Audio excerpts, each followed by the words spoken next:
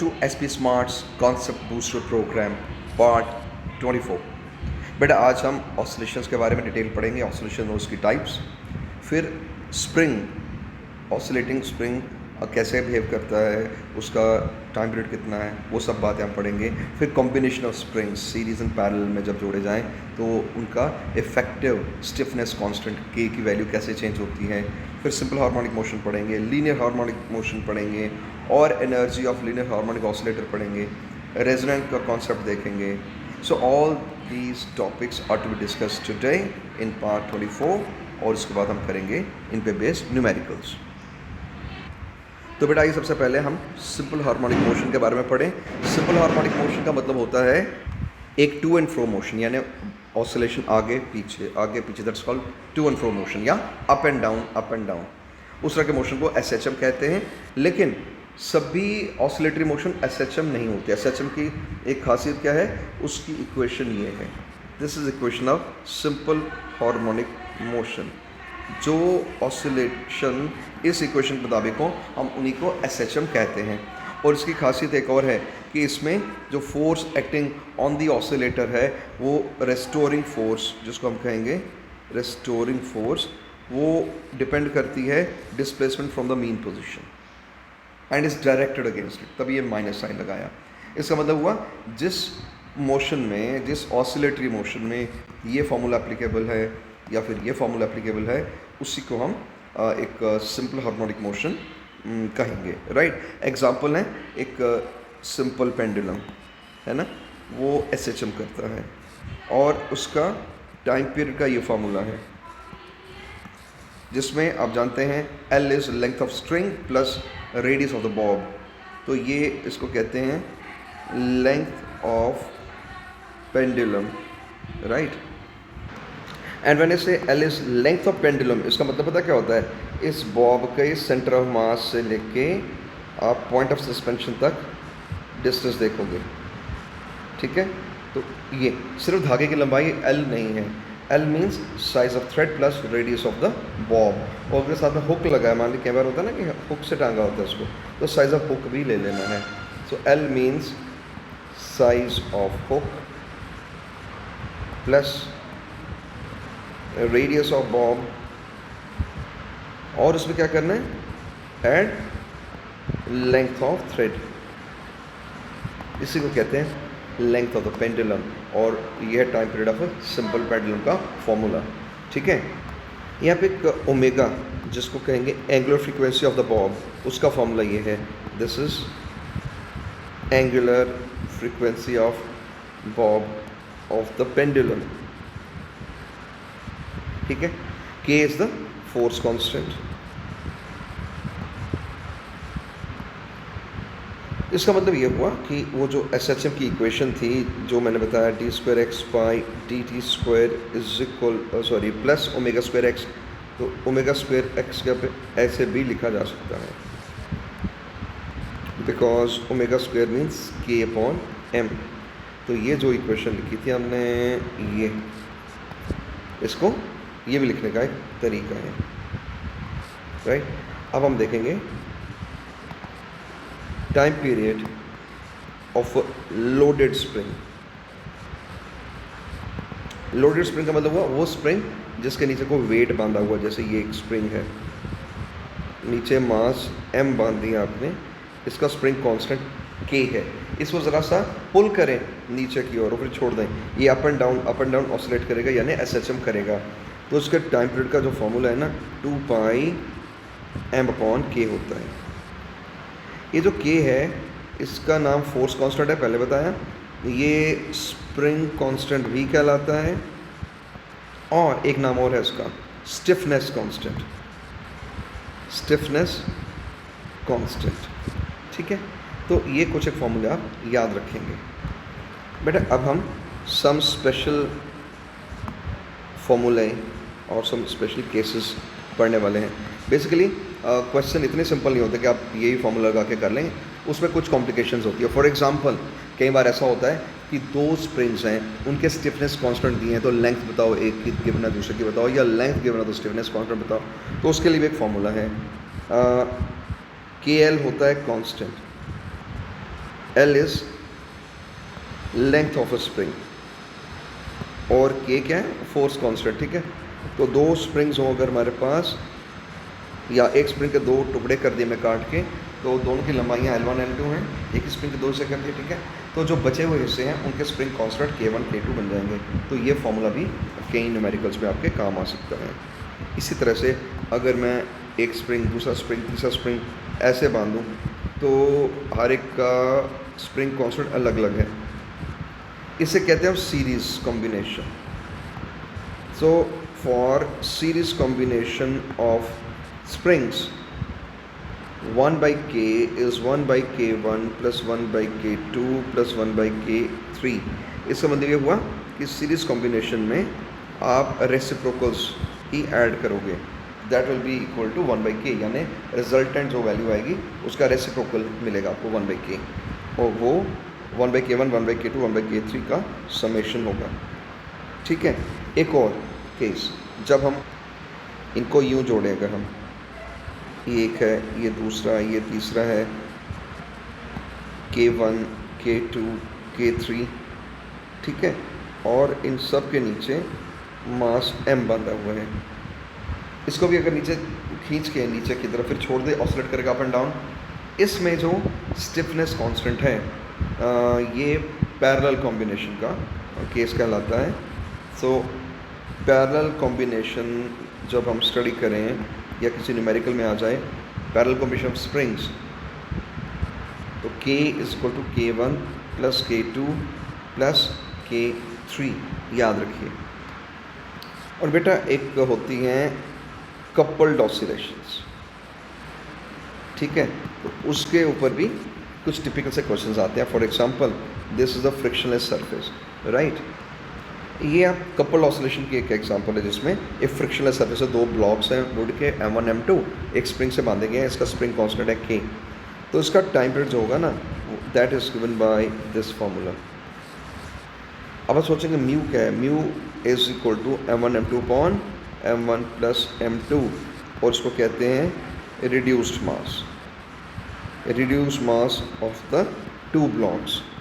ये जो दो ब्लॉक्स आपस में जुड़े हुए ऑसिलेशन कर रहे हैं, ये उसका रिड्यूस्ड मास कहलाता है, mu given by M1 M2 upon M1 plus M2। यूँ भी लिख सकते हैं इसको, 1 by mu is equal to 1 by K1 plus, sorry it is written 1 by M1 plus 1 by M2।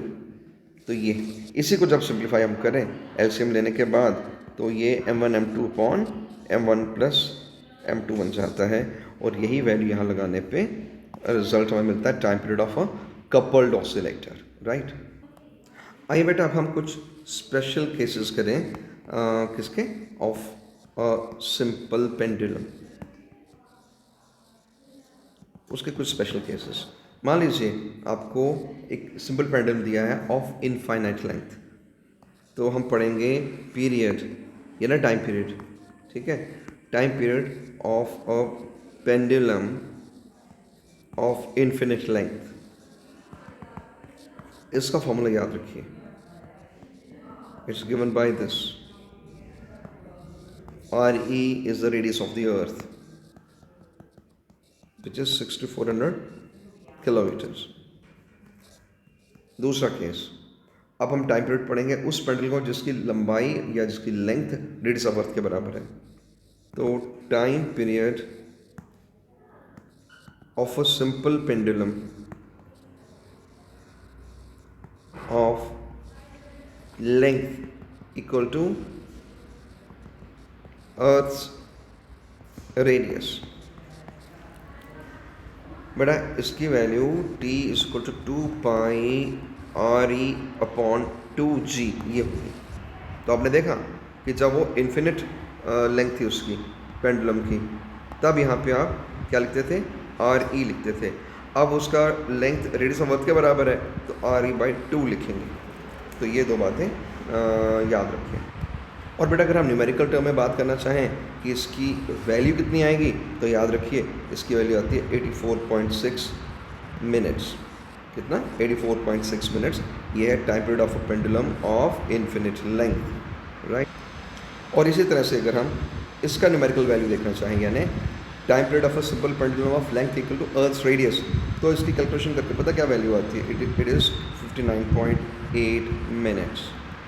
तो ये न्यूमेरिकल वैल्यूज़ भी आप याद रखें तो ठीक रहेगा आपके लिए।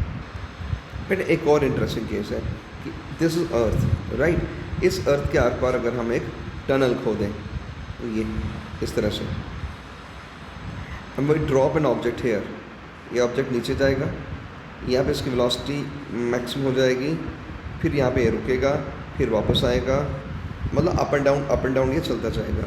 तो what is time period of this particle that is dropped in a tunnel dug across earth diameter, यानी टाइम पीरियड उस ऑब्जेक्ट का जिसे गिराया गया, ड्रॉप किया गया in a tunnel which is bored across the diameter of the earth. बेटा इसका भी कोई नया फार्मूला नहीं, वही पुराना फार्मूला जो भी 10 मिनट पहले सीखा आपने, यही फार्मूला है, ठीक है, याद रखना है इसको। और इसकी वैल्यू जैसा कि पहले बताया 84.6 मिनट्स आती है।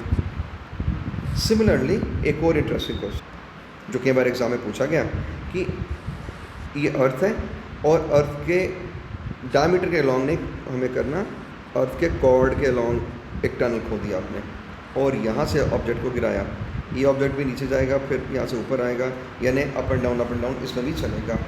तो इसका टाइम पीरियड भी उतना ही आता है, कितना, 84.6 मिनट्स ही आएगा। फॉर्मूला को पूछे तो फिर वही formula, nothing new to remember, यही फार्मूला आता है इस सिचुएशन में। दूसरे शब्दों में, चाहे ऑब्जेक्ट को ड्रॉप किया जाए tunnel dug across the chord of a circle, जैसा कि यहाँ दिखा ये कॉर्ड है ना, और across the diameter of the circle, ये, और सर्कल क्या, ये अर्थ है एक्चुअली, ठीक है। तो दोनों केसेस में फॉर्मूला वही, वैल्यू यही, इन्हें याद रखें, कई बार ये क्वेश्चन पूछेंगे एग्जाम में। फिर आइए हम पढ़ें energy of an oscillator. Energy of an oscillator का फॉर्मूला सीखेंगे अभी। देखिए when I say oscillator I mean एक सिंपल हार्मोनिक ऑसिलेटर, ठीक है। इसकी टोटल एनर्जी जो है ना उसका फॉर्मूला हाफ के ए स्क्वायर होता है, याद रखिए। ए stands for amplitude of the oscillation, के तो आपको पता ही फोर्स कांस्टेंट होता है, टोटल एनर्जी है। अगर हम सिर्फ पोटेंशियल एनर्जी की बात करते हैं तो बेटा इसका फॉर्मूला होता है हाफ के एक्स स्क्वायर। एक्स क्या है, it is displacement from mean position, है ना। तो ये हो गया पोटेंशियल एनर्जी का फॉर्मूला। और काइनेटिक एनर्जी का फॉर्मूला हाफ के ए स्क्वायर माइनस एक्स स्क्वायर, तो ये भी एक याद रखें। तो ये बेसिक फंडामेंटल फार्मूले हैं, इनको याद रखने से हमें कन्वीनियंट हो जाता है बहुत सारे न्यूमेरिकल को सॉल्व करना। अच्छा, इसके अलावा बेटा कुछ ये भी टॉपिक्स होते हैं, डिस्प्लेसमेंट कितनी है एक पार्टिकल जो ऑसिलेशन जिसकी हो रही है, उसकी वेलोसिटी बताओ कितनी है, उसकी एक्सेलरेशन बताओ, कैलकुलेट करो, वगैरह वगैरह। तो इसके फॉर्मूले भी आप याद रखें तो कन्वीनियंट हो जाता है इस तरह के प्रॉब्लम को हल करना। फॉर एग्जांपल एक्स जो है ना, it is A sine omega t plus phi, ये है उसकी डिस्प्लेसमेंट एट एनी टाइम, ठीक है। अब ओमेगा आपको पता ही है एंगुलर स्पीड होती है, ए एम्पलीट्यूड है। व्हाट इज़ फाई, फाई को हम कहते हैं इनिशियल फेज़ है, ये इनिशियल फेज़ जिसको हम इपॉक भी कहते हैं, इनिशियल फेज़ या इपॉक बोलते हैं इसको ऑफ द ऑसिलेटर। यानी दूसरे शब्दों में टाइम t0 पे ऑसिलेशन करने वाले पार्टिकल का फेज़ एंगल क्या था, ठीक है। अब वेलोसिटी का फॉर्मूला देख लें। वेलोसिटी का फॉर्मूला वो है omega into square root of A square minus x square.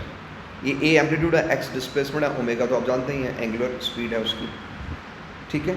Eight mean position, जब पार्टिकल अपने मीन पोजीशन से गुजरता है एक्स कितना होता है, 0, बिकॉज मीन पोजीशन मतलब ये हुआ कि वो बिल्कुल सेंटर से गुजरा है, उस वक्त डिस्प्लेसमेंट 0 है, तो वेलोसिटी होती है maximum given by omega into a, है ना। ऊपर वाले एक्सप्रेशन में एक्स को 0 पुट करने से ओमेगा इंटू ए बनेगा, ये मैक्सिमम वेलोसिटी है। और eight extreme position, extreme position पे जब आप जाएं तो वहाँ पे एम्पलीट्यूड के बराबर होता है डिस्प्लेसमेंट, है ना। एक्सट्रीम का मतलब ही वही होगा, तो पूरा का पूरा उसने एम्पलीट्यूड कवर कर लिया है। तो x जब a के बराबर पुट करेंगे तो यहाँ पे देख लो आप, x जब a के बराबर हो जाए तो क्या होगा, ये चीज़ ज़ीरो हो जाएगी, तो ओवरऑल ये ज़ीरो ही बन जाएगा। तो वो बेटा इसीलिए हम कहते हैं इसको कि वहाँ पे एक्सट्रीम पोजीशन में जाके वेलोसिटी जो है वो हो जाती है मिनिमम, और वो कितनी है, ज़ीरो। ठीक है, अब देखते हैं एक्सेलरेशन का formula. Acceleration is given by omega square a, और ये एक्सेलरेशन कहाँ पे है, extreme position, at extreme position. और एक्सट्रीम पोजीशन आप समझते हैं क्या मतलब, where x equal to a होता है ना, और यही उसकी मैक्सिमम एक्सेलरेशन है उस पार्टिकल की। और मिनिमम एक्सेलरेशन कहाँ है, बिल्कुल मीन पोजीशन पे, बिकॉज वहाँ पे फास्टेस्ट चलता है। तो फास्टेस्ट यानी और उसके अंदर चेंज नहीं आ सकती उसकी स्पीड में। जब स्पीड में चेंज ना आए, वेलोसिटी कांस्टेंट हो जाए, तो d by d t of velocity becomes zero, यानी एक्सेलरेशन बिकम्स ज़ीरो। तो ये कब होता है, when x equal to zero, यानी एट मीन पोजीशन। ठीक है, तो ये कुछ बातें याद रखनी है। तो वो एक्सट्रीम पोजीशन पे वेलोसिटी ज़ीरो थी बट एक्सेलरेशन मैक्सिमम है, और वेलोसिटी मीन पोजीशन में मैक्सिमम है बट एक्सेलरेशन वहाँ पे ज़ीरो है। ये कुछ बेसिक फंडामेंटल्स हैं जो आप याद रखें तो अच्छा रहेगा। बेटा आइए अब हम टाइप्स ऑफ वाइब्रेशंस पढ़ें। ठीक है, वाइब्रेशन की टाइप एक होती है जो उसकी नेचुरल फ्रीक्वेंसी के साथ वाइब्रेशन होती है, जिसे हम कहते हैं फ्री वाइब्रेशंस, राइट। इसमें अब पार्टिकल जो है वो अपनी नेचुरल फ्रीक्वेंसी के साथ ऑसिलेट करता है। This is expression for natural frequency. ये हो गए फ्री ऑसिलेशंस या फ्री वाइब्रेशंस। कुछ होती हैं फोर्स्ड ऑसिलेशंस या फोर्स्ड वाइब्रेशंस। तो बेटा ये जो फोर्स वाइब्रेशंस हैं, इसमें पार्टिकल जो है उसकी फ्रीक्वेंसी अप्लाइड फोर्स के बराबर होती है, यानी it vibrates with the frequency nu which is equal to frequency of the driving force. ठीक है, ड्राइविंग। और याद रखें ये आपस में इक्वल नहीं है, nu and nu naught are not equal. ये होगी फोर्स वाइब्रेशन। लेकिन एक और है वाइब्रेशन जिसे हम कहते हैं डैम्प्ड ऑसिलेशंस। तो या डैम्प्ड ऑसिलेशन या डैम्प्ड वाइब्रेशंस, तो उसमें डैम्पिंग हो जाती है, और डैम्पिंग का मतलब है एम्पलीट्यूड धीरे धीरे धीरे कम होता है। मैं उसका डायग्राम दिखाता हूँ आपको। ये देखिए, इसमें ना एम्पलीट्यूड पहले मैक्सिमम था, फिर कम होते होते होते होते एंड में ख़त्म ही हो जाएगी वाइब्रेशन इसकी। So with time this vibrations die out, ख़त्म हो जाती हैं ये। तो इस तरह की ऑसिलेशन जो हैं इन्हें क्या कहते हैं, डैम्प्ड ऑसिलेशंस कहते हैं। तो फ्री वो हैं जिसमें एक्सटर्नल फोर्स कोई ना हो सिवाय रेस्टोरिंग फोर्स के, और फोर्स एक्ट ना करती हो। फोर्स वाइब्रेशन वो हैं जिसमें एक ड्राइविंग फोर्स एक्ट करती हो, और डैम्प्ड ऑसिलेशंस वो हैं जिसमें डैम्पिंग फोर्स एक्ट करती है। So these occur under damping force acts on the vibrator या ऑसिलेटर।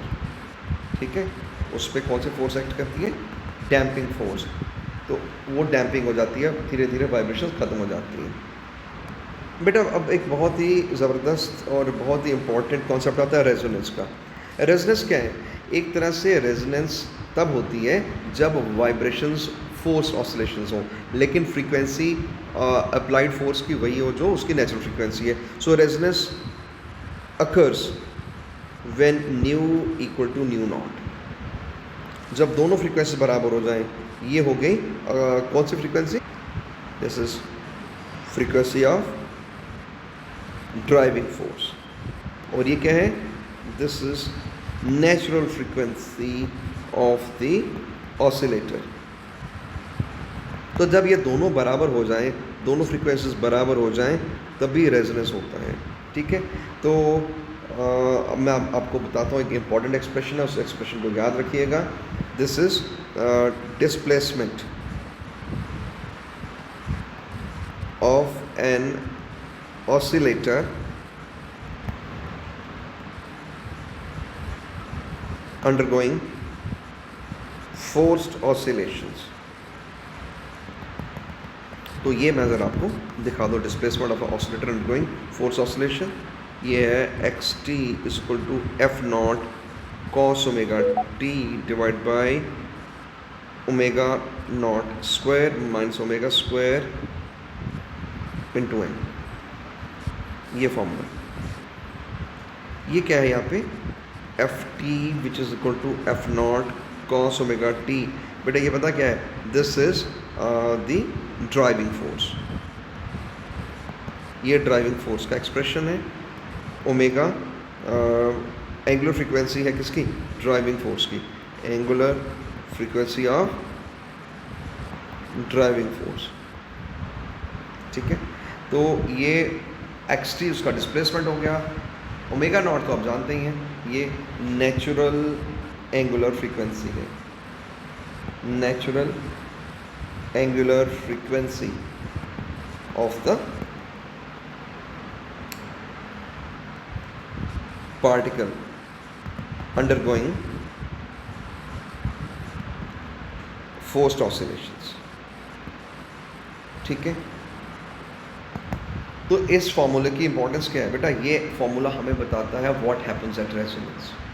मैं इसका एक और मैं इस फॉर्मूला को एक और तरीके से भी लिख सकता हूँ, और मैं दिखाता हूँ वो, x t equal to F naught cos omega t, कई बार प्लस फाइव भी लिखा होता, why, because five is the phase at time t zero, divide by 4 pi square m nu naught square minus nu square. अब आप सोचेंगे ये expression कैसे आया, बेटा वहाँ पे ओमेगा लिखा था ना, वो क्या है 2 पाई न्यू है, and omega naught 2 pi nu not है ना। तो put these values in one मैंने इसको कह दिया इस एक्सप्रेशन, ठीक है, इसमें लगाओ।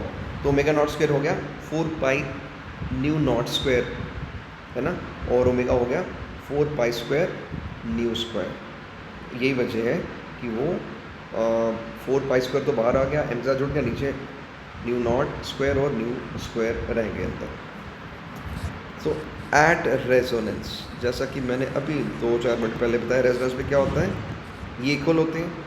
अब लगाओ इनको इक्वल, जब इक्वल करोगे तो ये इक्वल होते ही कट जाएंगे, तो ये पूरी चीज़ क्या बनेगी, zero. Anything by zero becomes infinity, तो एक्स टी बिकम्स इनफाइनाइट, तो सिस्टम टूट जाता है at resonance, therefore system breaks up at resonance.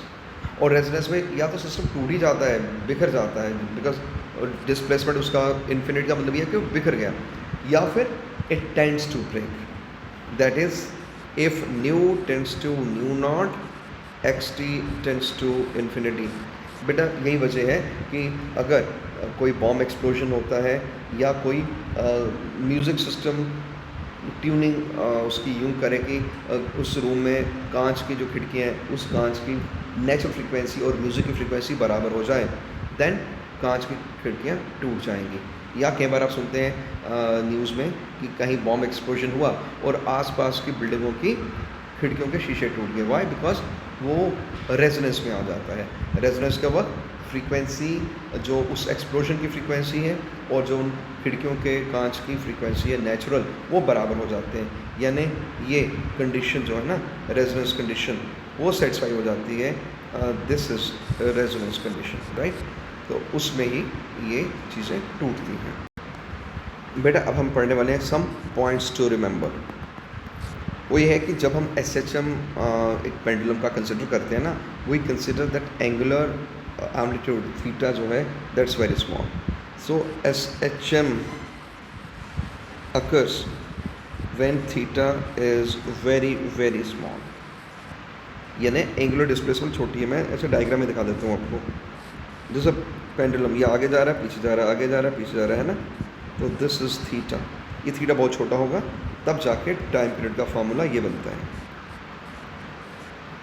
But if theta is quite large, क्योंकि हमेशा तो वेरी स्मॉल नहीं हो सकता ना, कभी बड़ा भी हो सकता है, से 2, 4, 5 degree, 10 degree is quite big. उस केस में से थीटा मैक्सिमम जो जा रहा है वो थीटा नॉट जा रहा है, यानी जितना उसका एम्पलीट्यूड है वो थीटा नॉट है। उस केस में बेटा टाइम पीरियड का फॉर्मूला ज़रा सा चेंज हो जाता है। ये ओरिजिनल टाइम पीरियड, इसको मैं टी नॉट से डिनोट कर लेता हूँ, ये टी नॉट, ठीक है, जो एक नॉर्मली होता है when amplitude angular amplitude is very small. तो उसके साथ ये जोड़ दीजिए, क्या लिखा मैंने, T equal T not into bracket के अंदर है 1 plus theta naught square by 16। तो बेटा ये फॉर्मूला तब लगाना है जब एंगल गिवन हो कि लार्ज एंगल है।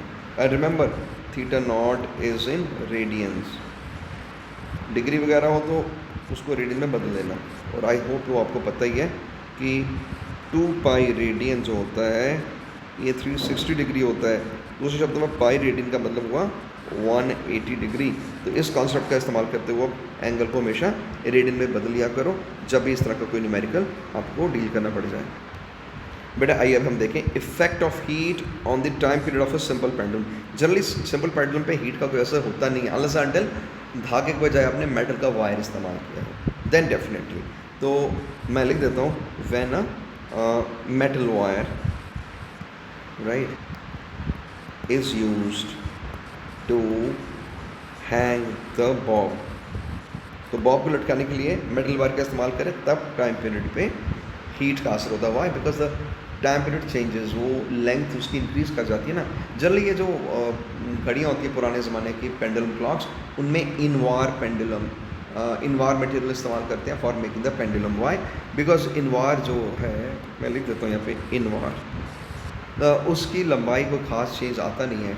It has very small value of this heat coefficient, जिसकी वजह से उसकी लंबाई को खास बढ़ती नहीं है, तो टाइम पीरियड कांस्टेंट रहता है। लेकिन एक्सपेरिमेंट करने की खातिर अगर हम ऐसे मेटल की वायर ले लें जिसकी लंबाई चेंज हो जाती है व्हेन हीटेड, देन क्या होता है फॉर्मूला, वो मैं बताता हूँ।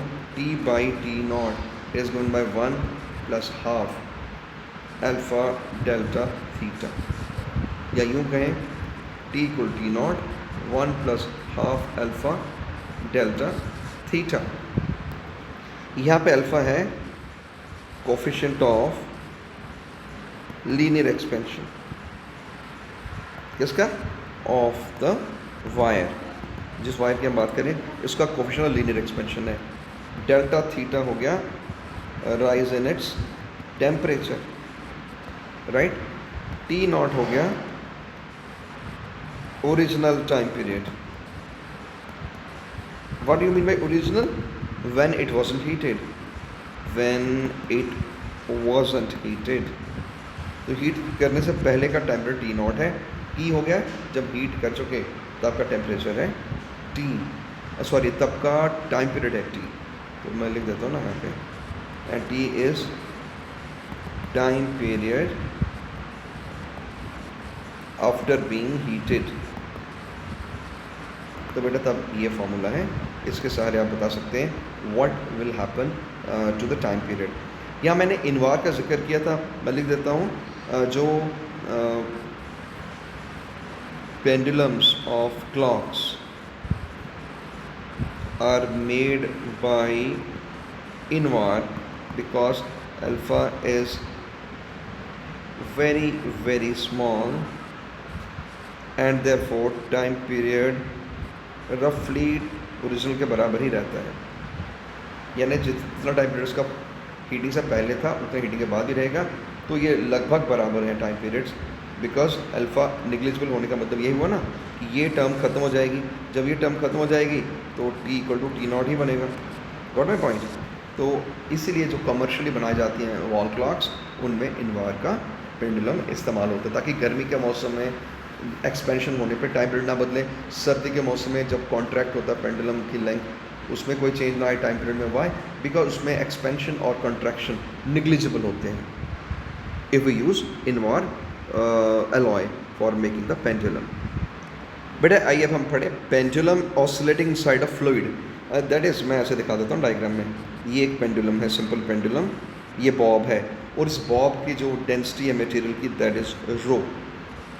इसको किसी लिक्विड से वाटर के अंदर ऑसिलेशन करने के लिए छोड़ा गया है, और ये वाटर या कोई भी जो भी मटेरियल होगा, जो भी फ्लूइड होगा, उसकी डेंसिटी है सिग्मा, राइट। एयर के अंदर टाइम पीरियड है T, time period in air, और जो टी प्राइम है ये है time period inside the fluid.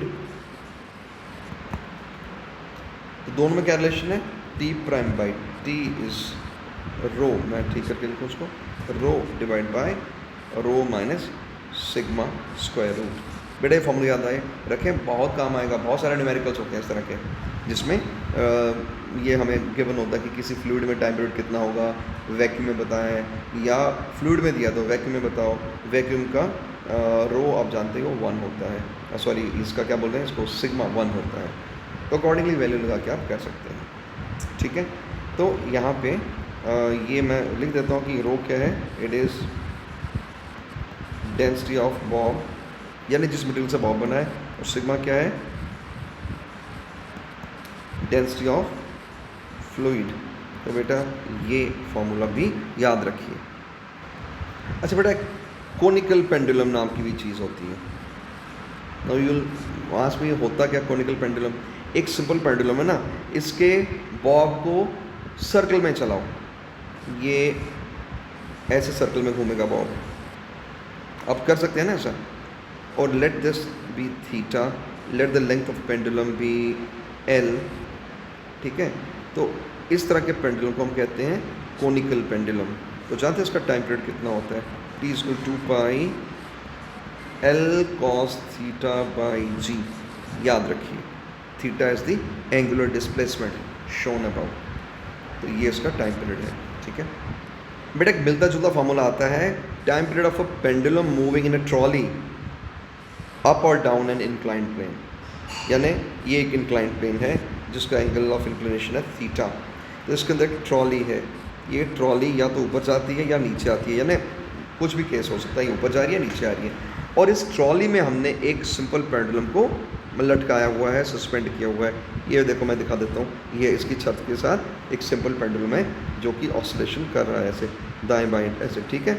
तो इसका टाइम पीरियड क्या होगा, तो time period is 2 pi L upon g cos theta. आपको गलती ना लगे इसलिए मैं दोनों फॉर्मूले आमने सामने दिखा रहा हूँ। पहले फॉर्मूले में एल कॉस थीटा था, जी अकेला था, अब एल अकेला है लेकिन जी कॉस थीटा है। तो वो एल कॉस थीटा कब है, जब कोनिकल पेंडुलम का केस हो, और जी कॉस थीटा कब है, जब ये एक ट्रॉली में हो, इट्स गोइंग अप और डाउन द इंक्लाइंड प्लेन। तो बेटा आप देख रहे हैं कि इस तरह से हमने ये सभी टॉपिक डिस्कस कर लिए जो आज के यूनिट के साथ एंगेज थे, इन्वॉल्व थे। फॉर एग्जांपल हमने ऑसिलेशंस के बारे में पढ़ लिया, इसकी टाइप्स पढ़ ली, स्प्रिंग के कॉम्बिनेशंस पढ़ लिए, एसएचएम पढ़ लिया, एनर्जी ऑफ एलएचओ पढ़ ली, रेजोनेंस पढ़ ली। अब इसके रिलेटेड जो न्यूमेरिकल्स हैं that will be doing up और taking up in a separate video. Till then, goodbye and God bless you all.